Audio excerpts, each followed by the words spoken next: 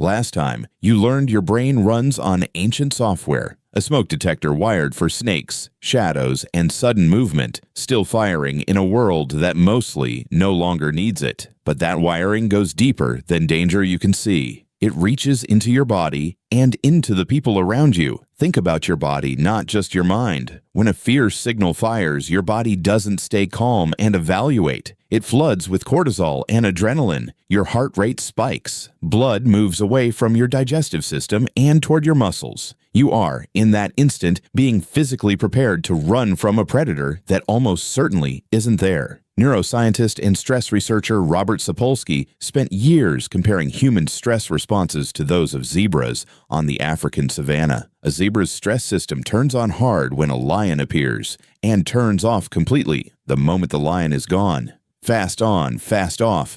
Humans have that same hardware, but we do something zebras don't do. We keep the system running long after the threat has passed, replaying an argument from this morning, worrying about a deadline next week, imagining a conversation that hasn't happened yet. Sapolsky's point was simple and unsettling. Zebras don't get ulcers because they don't simulate lions that aren't there. You do. Your amygdala can't tell the difference between an actual predator and the mental image of one. To your ancient threat detector, a looming email and a looming leopard can register almost the same way. Same chemicals, same racing heart, same tight chest. This is the modern mirror of your ancient wiring. You are not built to handle a world of abstract, ongoing, never-resolving stressors. You are built to handle a world of sharp, immediate physical threats that end quickly one way or another. A predator either catches you or it doesn't. A modern worry never fully resolves. It just gets replaced by the next one. Your body treats it the same way regardless, and it exhausts you slowly instead of dramatically. There's another twist here. Your ancient alarm system isn't just tuned to obvious dangers. It's tuned to social ones too.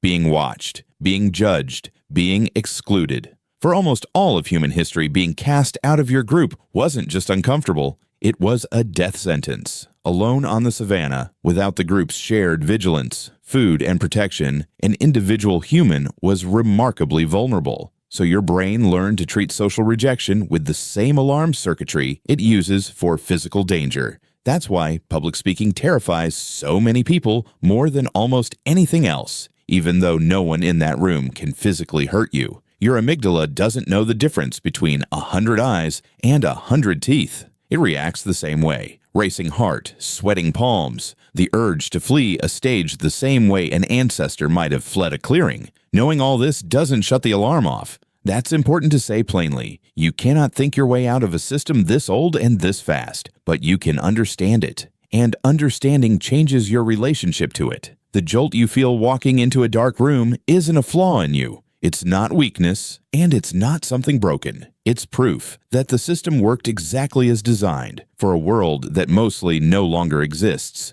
You are, in a very real sense, still that primate, dressed differently, living differently, surrounded by locks and lights and 100 layers of safety your ancestors never had, but carrying the exact same nervous system, tuned by millions of years to expect a predator that isn't coming. So the next time your heart jumps before your mind catches up, before you even know what you're afraid of, remember what's actually happening. It isn't your imagination running wild. It's a 50,000-year-old survival system doing its job in a world it was never designed for. Tonight, when you flip that switch and your body flinches half a second before the light comes on, you'll know exactly why. It was never really about the dark at all. It was about a world your body still hasn't realized you left behind.